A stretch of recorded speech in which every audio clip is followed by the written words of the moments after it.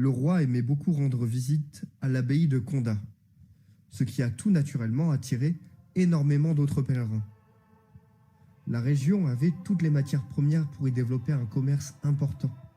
Au fur et à mesure des années, ils se sont spécialisés dans la confection de jouets en bois. Suite à la découverte du plastique, la production de jouets a explosé.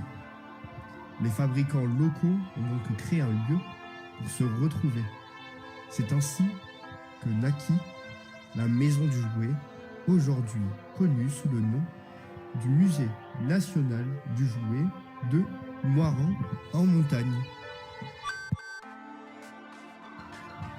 Je m'appelle Xavier Fringé et vous écoutez le deuxième podcast de Rencontres de collectionneurs.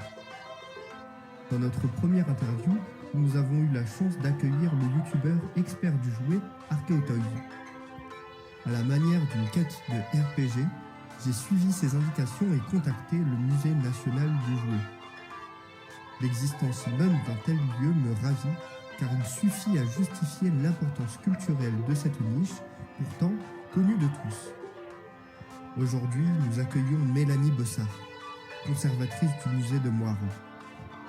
Elle n'est pas collectionneuse à titre personnel, mais je peux vous garantir qu'elle en connaît un rayon.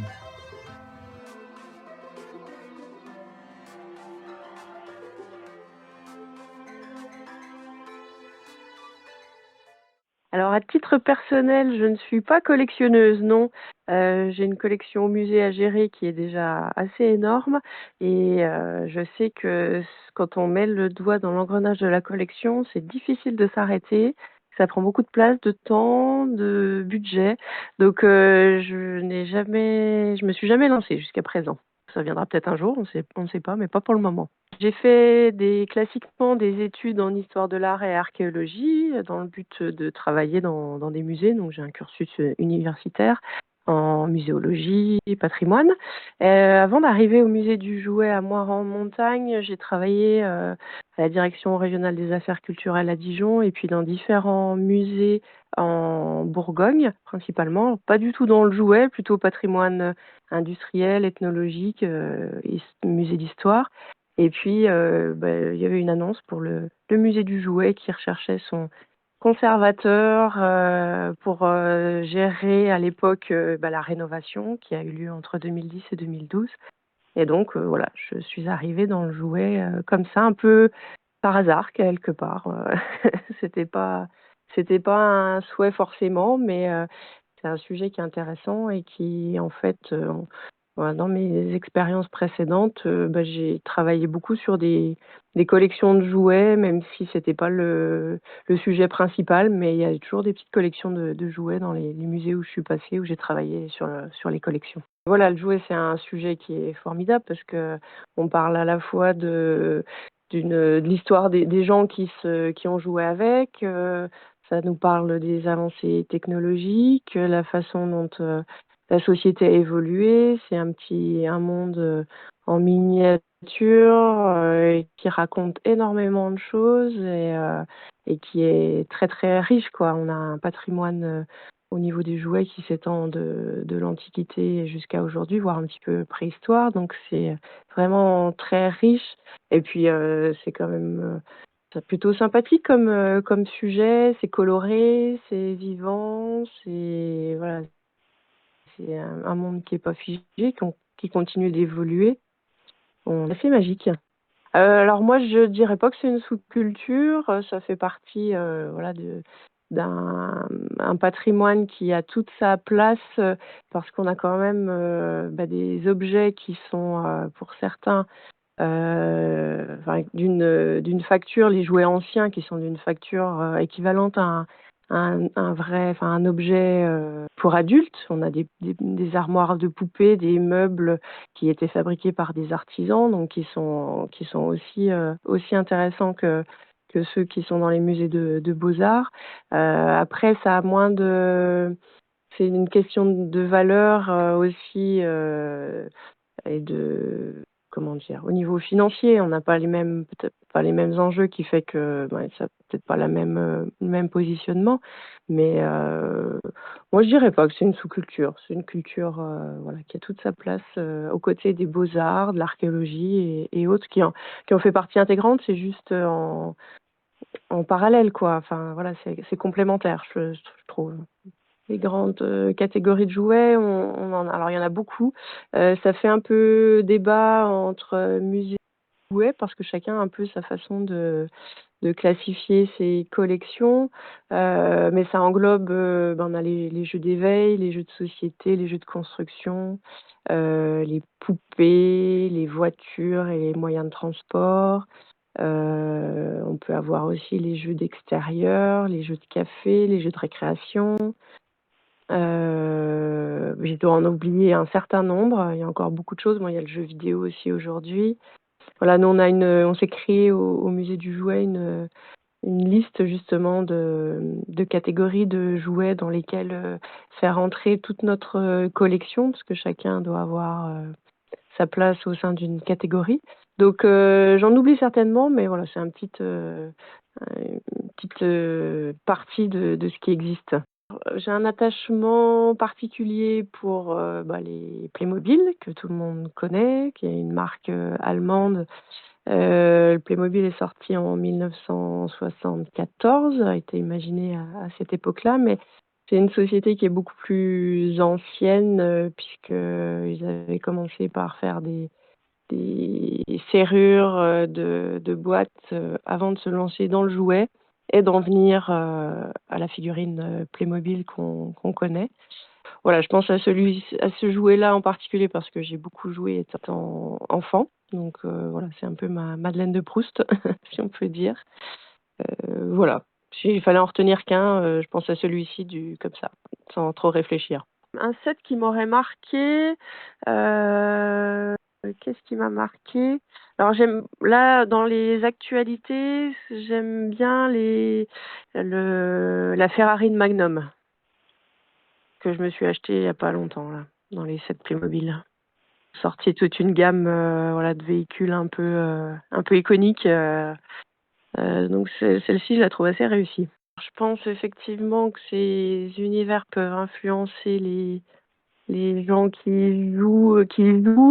Parce que déjà, on va plus, enfin, les gammes sont tellement variées dans les jouets il y en a pour tous les goûts, donc on va forcément aller vers déjà quelque chose qui nous attire et parce que soit parce qu'il y a des couleurs, des formes ou un sujet. Moi, à titre perso, par exemple, moi j'ai toujours été attirée chez les Playmobil par tout ce qui était chevaux parce que je suis cavalière, donc j'allais beaucoup plus facilement vers ces univers centres équestres et on peut grâce à ça, développer, alors peut-être pas s'entraîner, c'est peut-être un grand mot, mais reproduire des choses qu'on peut faire en vrai. On peut aller plus loin, imaginer d'autres choses, qu'on peut peut-être pas faire dans la vraie vie, mais qu'on arrive à faire, par le jeu, construire, plein de bâtiments, associer plein de choses qui vont peut-être pas ensemble, qui pourrait être sympa finalement peut-être d'associer pour jouer plus encore. Ça développe complètement l'imaginaire et on peut faire plein de choses qu'on peut pas faire pas forcément en vrai et ça c'est plutôt sympa. On a un peu tendance quand on est adulte à se dire c'est pour les enfants, mais non, pas forcément. On a besoin aussi de s'évader, sortir un peu de son quotidien et le jeu est un bon moyen. Alors le jeu vidéo, ça peut être le jeu de société, les jeux de rôle aussi qui ont beaucoup d'engouement en ce moment. Puis on voit que les adultes aiment beaucoup collectionner, donc que ce soit Lego, Playmobil ou plein d'autres jouets quoi.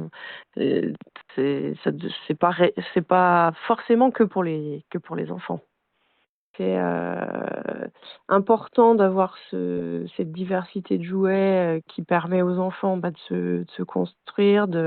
Voilà, le monde des adultes en miniature, ça nous donne des codes de jeu, aussi de règles que les enfants en grandissant, vont pouvoir reproduire dans la vie d'adulte. Donc c'est quand même un enjeu assez important. On n'a peut-être pas forcément conscience, mais les fabricants de jouets ont un rôle quand même assez important dans le développement des enfants et au niveau culturel et puis pour la société aussi, donner les codes de vie ensemble, de jeu, de règles de vie. C'est ça aussi, pratiquer les jeux. Chaque année, on a un peu quand même des nouveautés, des choses, enfin, des sorties qui sont importantes, que ce soit à différents niveaux, que ce soit les matériaux, le concept du jeu. Après, il y a des années où les jouets sont sortis, mais ils n'ont pas forcément connu un grand engouement. Je repense de Playmobil. Quand la figurine est sortie, les commerciaux au salon des jouets n'étaient pas très emballés. Qu'est-ce que je pourrais dire? C'est dur comme question, en fait, trouver une année qui pourrait être Ah oui, bah marquante. après, une période, si vous voulez, plutôt une Ou une période qui période, pourrait ouais, aller ouais, sur 10 ans ou plus ouais, largement. ouais, ouais. Bon, allez, je vais dire dans les années où sont sortis les Playmobil, je vais rester Playmobil. Dans les années, donc ils sont sortis en 74. Je trouve que c'est voilà, un principe de jeu qui est toujours très intéressant. Donc, j'ai eu la chance de pouvoir jouer avec étant enfant et puis continuer au musée à jouer avec. Alors c'est vrai qu'ils sont très différents et que souvent quand on est fan de Lego, on n'est pas de Playmobil et inversement. Le principe de jeu n'est pas du tout le même parce que les Lego, la base quand même, c'est un jeu vraiment de construction, d'assemblage avec des pièces. On peut imaginer, enfin, on peut construire plein de formes, plein de constructions différentes à partir de pièces, à partir de la brique de départ. Et puis après, aujourd'hui, enfin, il y a eu énormément de pièces complémentaires. Donc on est vraiment dans la construction pure.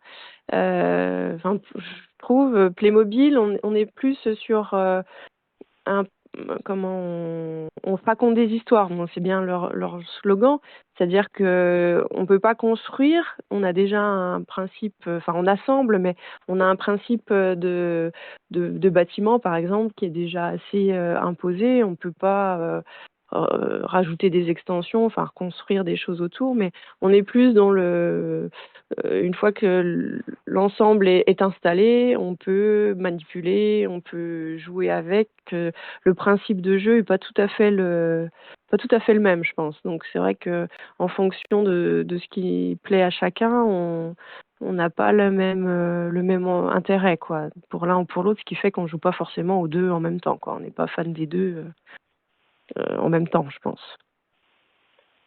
Alors, je suis pas collectionneuse, mais j'en achète régulièrement. Ouais, je craque des fois pour des sets que je trouve sympas. Alors, c'est l'avantage aussi de mon travail, c'est que quand on a besoin pour des aménagements de vitrines, pour des présentations journalistes ou quoi, ben on peut se faire plaisir puis acheter quelques boîtes. C'est plutôt sympa.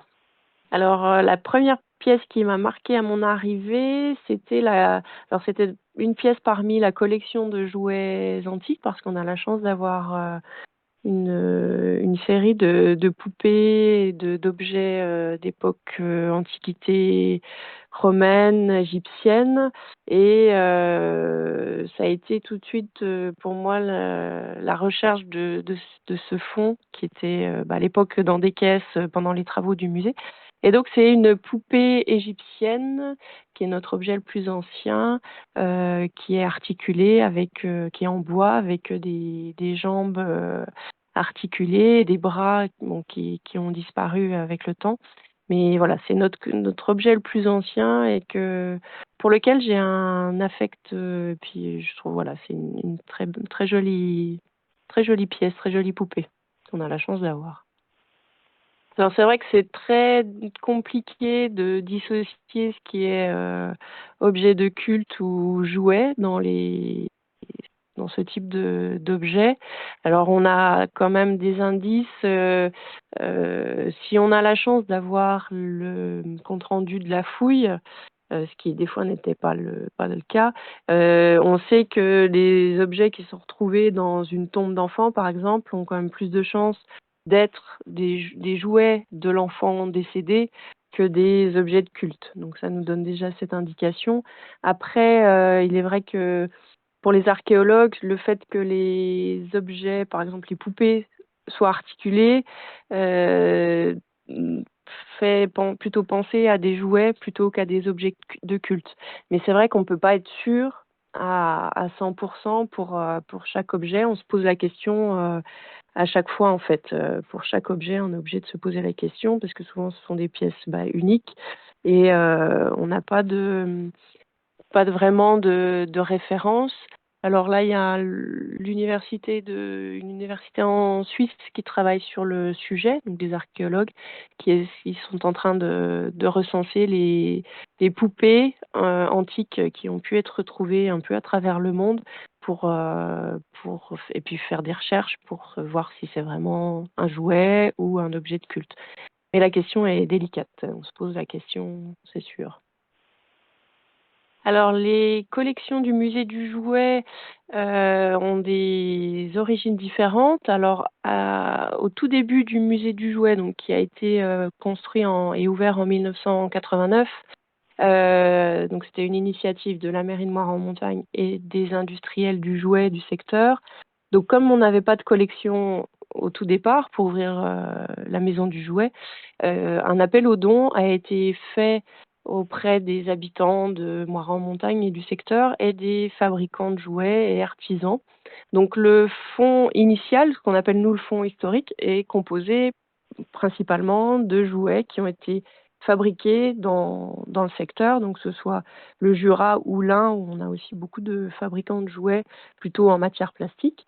Donc on a à peu près sur 20 000 objets, peut-être la moitié qui sont des jouets du secteur, qui sont à l'origine, qui ont été collectés à l'origine du musée par des dons et aussi par des dépôts de fabricants. Et puis, au fil des années, il y a d'autres dons qui ont été faits, plus du tout de gens du secteur, mais d'ethnologues cette fois-ci, Chantal Lombard et Jean-Pierre Rossi, qui ont fait des recherches un peu à travers le monde. Donc Jean-Pierre Rossi, c'était plutôt au Maroc. Chantal Lombard, elle a sillonné un peu tout le monde, donc elle a collecté des jouets qui ont été fabriqués soit par des enfants ou soit par des artisans un peu à travers le monde. Donc on a des jouets qui viennent du Japon, d'Amérique du Sud, enfin un petit peu partout dans le monde. Donc là, c'était Jean-Pierre Rossi et Chantal Lombard sont deux dons également. Et puis, on a aussi acheté une collection qui venait d'un collectionneur privé qui avait vendu sa collection à un musée du jouet du Père Noël à Canet-en-Roussillon. Ce musée fermait, donc on a pu racheter la collection dans les années 2000 à peu près. Et de cette collection, dans cette collection, on a des jouets qui ont été achetés par ce collectionneur qui, lui, avait acheté à des ventes aux enchères, avait dû faire des échanges avec d'autres collectionneurs ou racheter à des collectionneurs et des particuliers. Et c'est comme ça qu'on a pu avoir les collections antiques qu'il avait achetées à des salles dans des ventes aux enchères.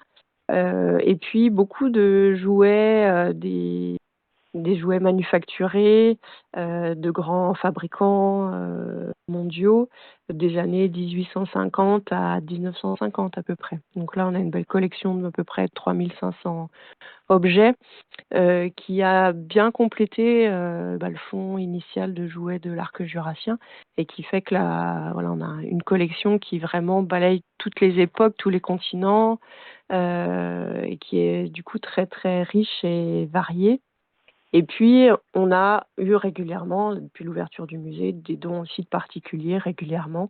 On est sollicité un petit peu quotidiennement pour des objets très variés, beaucoup de poupées, d'accessoires de poupées, de peluches aussi, des ours en peluche, parce que les gens voudraient que leur collection ou leurs jouets soient conservés dans de bonnes conditions, parce que les petits-enfants ne sont pas intéressés. Donc voilà, on a par différents biais, les jouets sont rentrés dans notre collection et on a encore sollicité très souvent. Alors on nous propose souvent des choses qui sont pas. Propose souvent les mêmes choses en fait, des objets qu'on peut déjà avoir. Et ce qui n'empêche que de temps en temps, on a un peu comme vous dites, un trésor qui nous est proposé, un objet ancien ou qui a vraiment un intérêt particulier. Donc là, c'est vrai que on est très attentif à ce genre de propositions, même si, comme je disais, comme on a énormément de demandes et une collection qui est déjà importante et pas une place non plus énorme, on est obligé de faire une sélection assez importante pour n'entrer en collection que ce qui est vraiment intéressant pour la collection, quoi. Alors là, comme ça, me vient c'était une map monde. Alors, j'ai plus l'année exactement, mais 1800 et quelques. Parce que les gens nous envoient une photo et ils savent pas forcément, ils ont parfois pas fait vraiment de recherche. Ils ont un objet qui est dans la famille depuis des générations, qui se transmet. Et puis bon, à un moment, les maisons sont pas non plus immenses et les objets peuvent des fois s'abîmer un peu et les gens ont envie que ça se conserve dans de bonnes conditions. Donc un monsieur qui nous avait sollicité pour ce petit globe en bois et avec une carte en très bon état. Et voilà, donc, par exemple, cet objet-là, ça peut être une maison de poupée aussi du 19e siècle. On a de temps en temps de beaux dons qui sont proposés.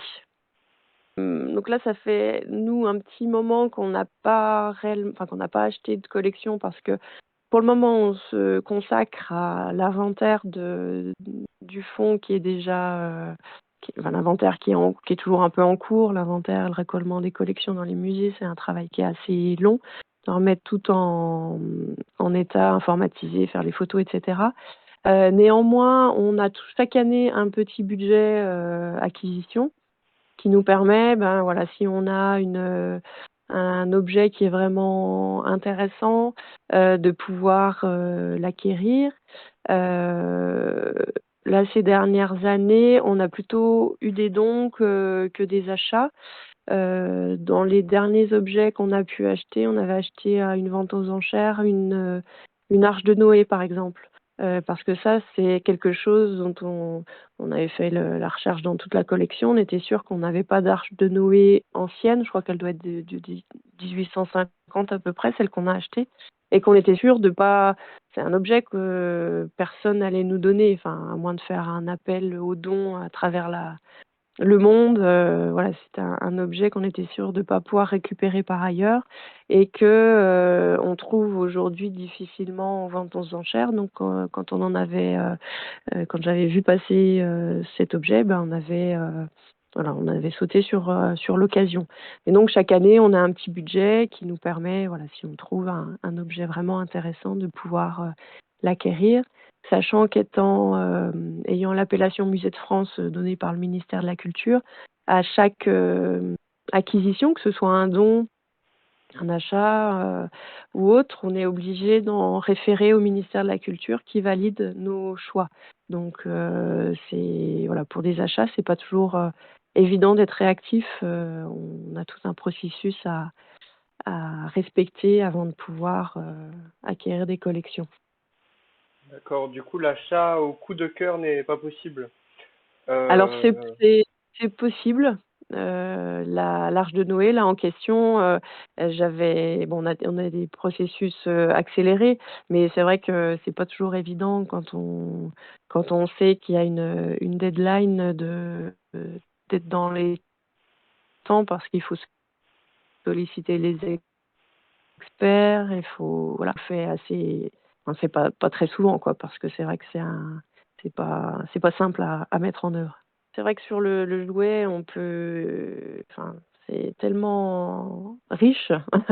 Et c'est aussi notre problématique parce que, comme je disais, on a une collection qui s'étend de l'Antiquité jusqu'à aujourd'hui, toutes les périodes, tous les continents, tous les matériaux, et que par rapport à d'autres musées du jouet, par exemple, qui sont réduits sur une période historique, ça réduit un petit peu les recherches.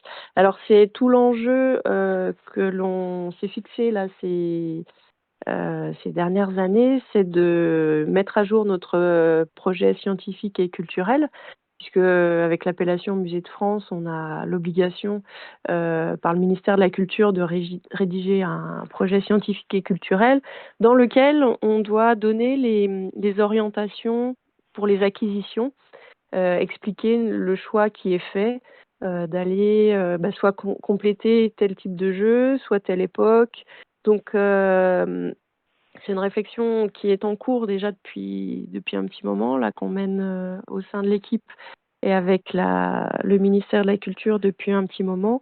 Savoir qu'il est important de conserver aujourd'hui pour notre musée, parce que, comme vous le disiez, on ne peut pas tout acquérir, pas tous les objets, les moules, les prototypes. Même si, nous, on en a dans la collection aussi, on a un certain nombre de moules très, très encombrants et lourds. On a aussi des prototypes. Par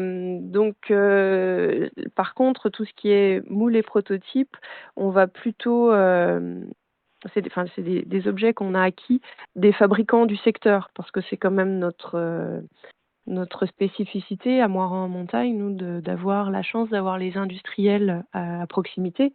Et donc, quand ils nous proposent de nous donner des jouets avec des moules et des prototypes, là, c'est très intéressant pour nous parce qu'on a tout le processus à la fois de fabrication jusqu'à l'objet qui est entre les mains de l'enfant ou de l'acheteur, quoi. Donc c'est très intéressant. Donc là, nous, notre limite aujourd'hui, ça va peut-être être dans un premier temps de se concentrer sur les jouets des fabricants du secteur, compléter ce qu'on a déjà parce qu'on n'a peut-être pas forcément tous les fabricants et qu'on est quand même aussi un lieu un peu conservatoire de l'histoire locale. Donc c'est ce qui fait aussi notre différence par rapport à d'autres musées du jouet en France ou dans le monde. Alors là, le musée a été complètement rénové entre 2010 et 2012. Le choix avait été fait de traiter la thématique du jeu et du jouet de manière thématique, parce que chronologique, c'était un peu compliqué, puisqu'il y a des époques où on n'a pas grand-chose à montrer. Et donc, dans ces grandes thématiques, on retrouve les jeux d'éveil, les poupées, les voitures, etc. Et nous, ce qui nous intéressait, c'était le côté comparaison d'une époque à une autre, le fait que les gens puissent échanger autour d'un objet en disant voilà, moi j'avais celui-ci, moi j'avais plutôt celui-ci à une autre époque. C'est très montrer le côté un peu aussi permanent des formes, parce qu'on se rend compte que une poupée antique, une poupée au 19e ou aujourd'hui, on joue un peu toujours avec les mêmes choses. Il y a une permanence des formes, même si les matériaux peuvent évoluer un peu, puis aussi beaucoup à cause des normes de sécurité, mais on a quand même, à travers le temps, des mêmes principes de jeu. On réinvente pas forcément tout, à part le jeu vidéo peut-être qui a un peu révolutionné la façon de jouer, mais encore une fois, le jeu vidéo, il s'inspire aussi de jeux de société ou d'autres jeux qui ont pu exister avant. Et donc, le choix des objets, il se fait par rapport à nos thématiques, par rapport à leur état de conservation aussi, parce qu'on a des choses qu'on voudrait montrer, mais qui sont trop fragiles pour être exposés à cause de la lumière notamment. Donc on est obligé de faire un choix. Et puis voilà, on se pose souvent la question, qu'est-ce qu'on peut mettre en regard un objet plus ancien avec un objet plus récent? On a par exemple une marionnette en céramique de l'Antiquité romaine qui est présentée à côté de Captain America. On a un peu, voilà, on joue, enfin les formes sont à peu près équivalentes, les matériaux ont changé, mais on joue un peu toujours avec la même chose. Donc on est toujours on essaye toujours d'être un peu dans ce rapport de comparaison pour parler du jouet, et puis on choisit aussi de présenter des choses actuelles pour que les générations, les plus jeunes soient pas face à des objets qui ne les intéressent pas ou qui ne leur parlent pas. Donc voilà, c'est pour ça qu'on essaie de comparer un petit peu ancien et récent. Quand j'ai pris mon poste au musée du jouet, donc c'était en travaux, et une partie des objets avait été sélectionnés, mais pas tout, et le parcours était déjà bien construit, on va dire, imaginé. Et à l'époque, il n'avait pas été pensé de mettre des espaces de jeu pour les enfants. On était vraiment dans une présentation de musée, donc des vitrines avec des jouets. Il y avait uniquement un petit parcours jeu avec des devinettes, donc pas de manipulation. Donc très vite, pendant les travaux, moi j'ai tout de suite vu que ça allait un petit peu frustrer les visiteurs parce que on a quand même le but c'était de faire venir des familles. Donc on s'est tout de suite dit bon, ça va être un peu frustrant. Donc on a très rapidement ajouté des espaces de jeu un petit peu tout au long du parcours pour agrémenter, qui sont utilisés par les enfants, mais pas que. On a beaucoup d'adultes qui jouent même à des jeux d'éveil, des puzzles premier âge ou autres jouets vraiment pour les plus petits. Donc ça marche pour tous les âges. Et c'est vrai que depuis plus de 10 ans, là, régulièrement, on propose de nouveaux espaces de jeu, des espaces de jeu de construction ou autres. Et puis, on a encore des projets là pour les années à venir pour encore améliorer les choses, pour essayer de réduire un peu cette frustration parce que les gens aimeraient bien qu'on leur ouvre les vitrines pour pouvoir toucher, jouer et s'amuser avec les objets qui sont présentés. Et c'est vrai que c'est pas toujours simple parce que les gens, puis les enfants ont pas forcément conscience que le jouet devient un objet de patrimoine, un objet qu'il faut conserver dans un musée, et que si on le touche, si on le manipule trop, on va l'abîmer et qu'il ne pourra pas être conservé pour les générations futures. Donc c'est vrai que c'est par rapport à peut-être à un musée de beaux-arts, on a cette difficulté-là de, de, de compréhension et du fait que le jouet est un objet de collection et fait partie du patrimoine au même titre qu'un tableau ou une sculpture. Alors oui, on a beaucoup de contraintes au niveau conservation parce que le jouet est fait de tellement de matériaux différents qu'on a beaucoup de contraintes, que ce soit en termes de taux d'humidité, donc l'hygrométrie dans tout le bâtiment est régulée à peu près 50%, qui permet de conserver les objets dans de bonnes conditions sans que le métal rouille, par exemple. On a une température qui est aussi régulée, ce qui fait que des fois les visiteurs ont un peu tendance à trouver qu'il fait frais dans notre musée l'été par exemple parce que les matières plastiques supportent mal la chaleur, donc on est obligé d'avoir une température qui est régulée été comme hiver. Les manipulations se font comme pour n'importe quel objet d'art avec des gants pour éviter que les traces de doigts restent, notamment sur le métal.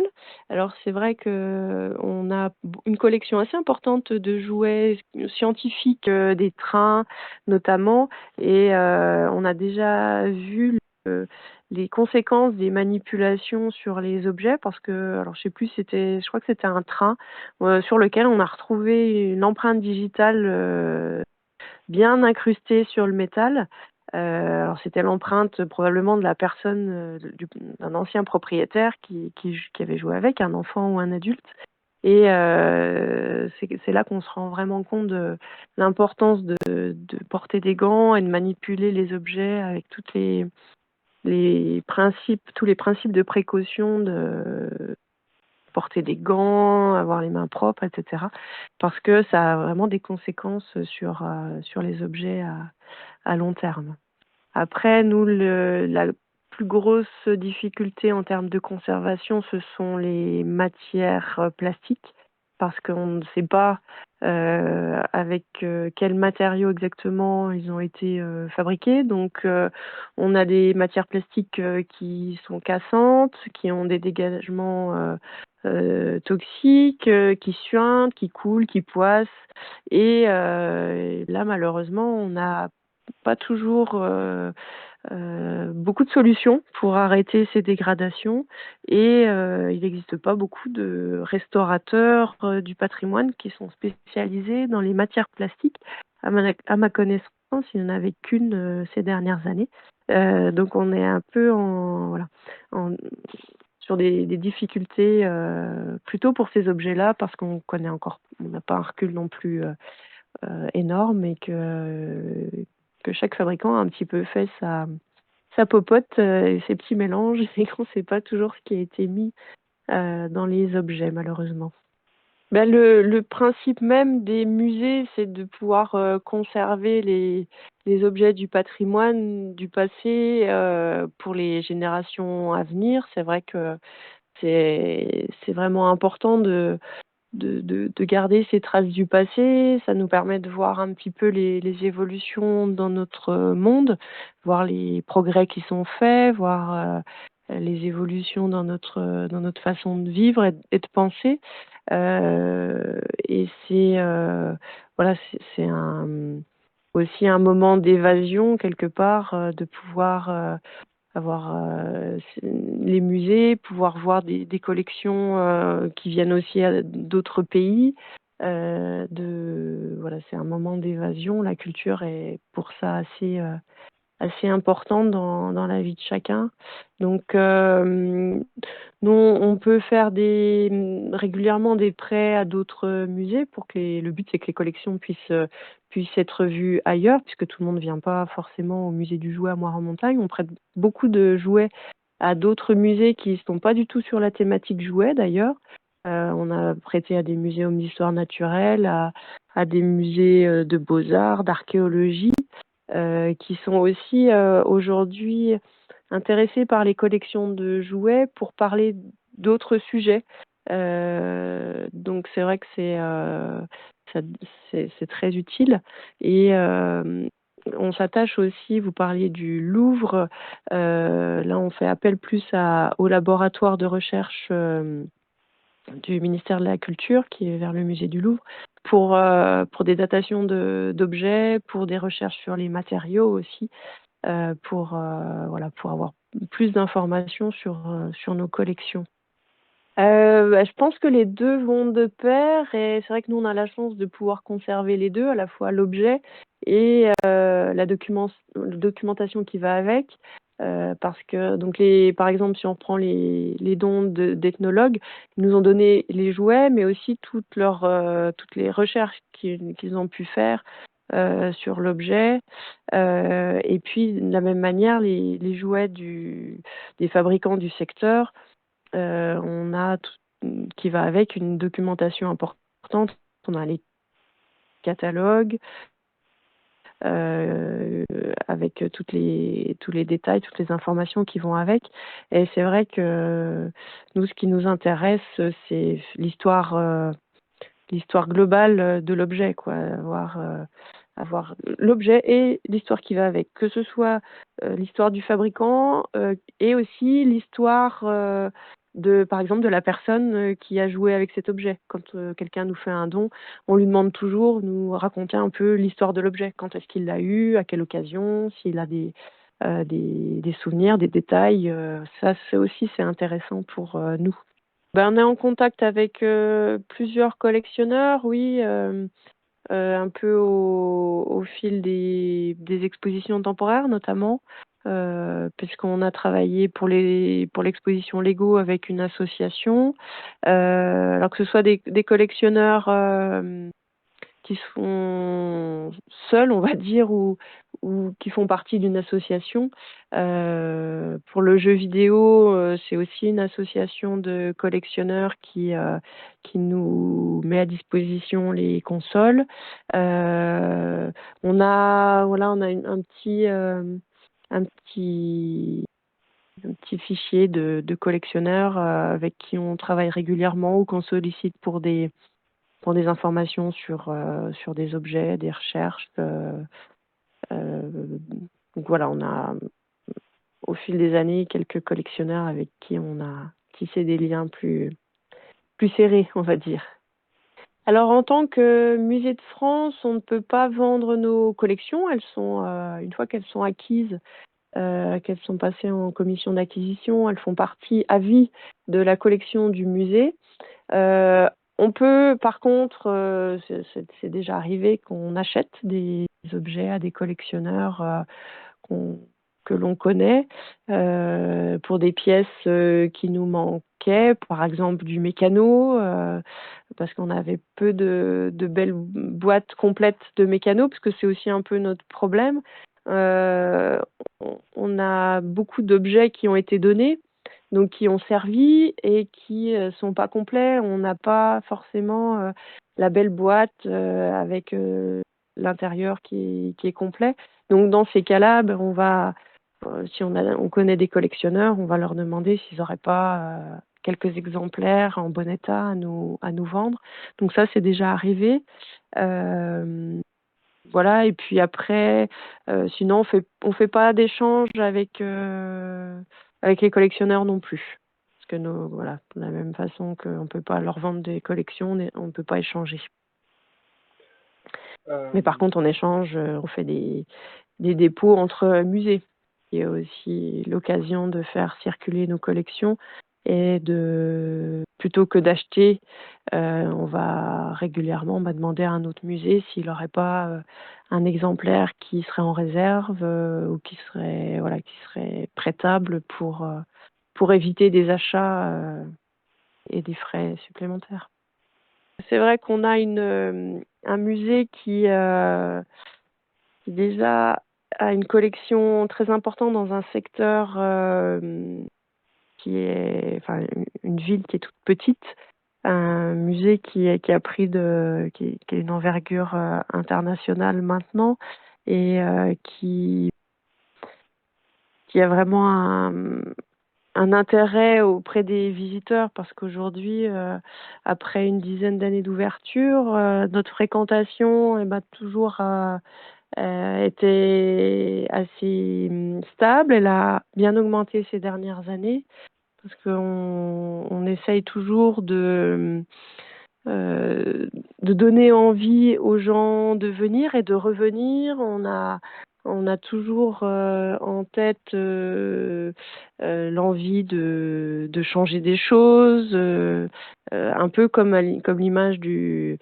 l'industrie du jouet qui est en perpétuelle évolution. C'est quand on voit le nombre de nouveaux jouets chaque année dans les catalogues, on se dit on doit être aussi nous performants et être proposer aux gens des expériences de visite, leur proposer des nouveautés et puis leur montrer des choses les étonner un peu, peut-être leur montrer des choses qu'ils verraient pas, les faire retomber un peu en enfance aussi parce que c'est notre rôle.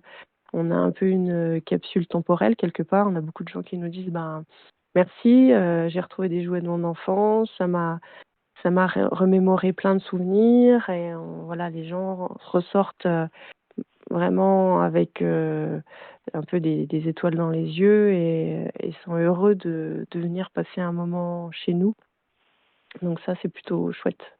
Dans les collections, on a des jouets scientifiques. Alors, je sais pas si c'est un exemple qui peut coller, mais qui était vraiment à la limite du matériel de laboratoire et d'expérimentation, enfin, avec une machine qui s'appelle la machine de Wimshurst, qui est voilà, pour créer de l'électricité, qui est du jouet, mais quand même très proche d'un matériel de laboratoire.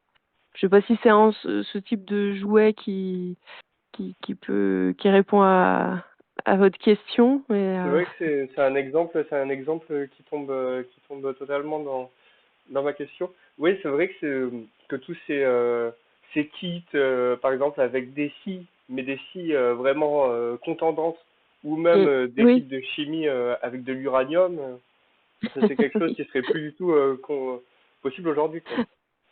non, tout à fait. Le jouet, oui, je pense, a quand même eu un rôle au fil des siècles, parce que par le jouet, on a toujours un peu essayé de donner des apprentissages aux enfants. Si on reprend comment certains types de jouets, alors c'est peut-être pas le bon exemple, mais je pense aux tenues militaires, aux armes, enfin voilà, on a, enfin avec le jouet, on a appris et donné des codes aux enfants pour leur vie d'adulte. Alors on tombe vite après dans les clichés, hein, tout ce qui était jouets de cuisine pour les filles, jouets militaires pour les garçons.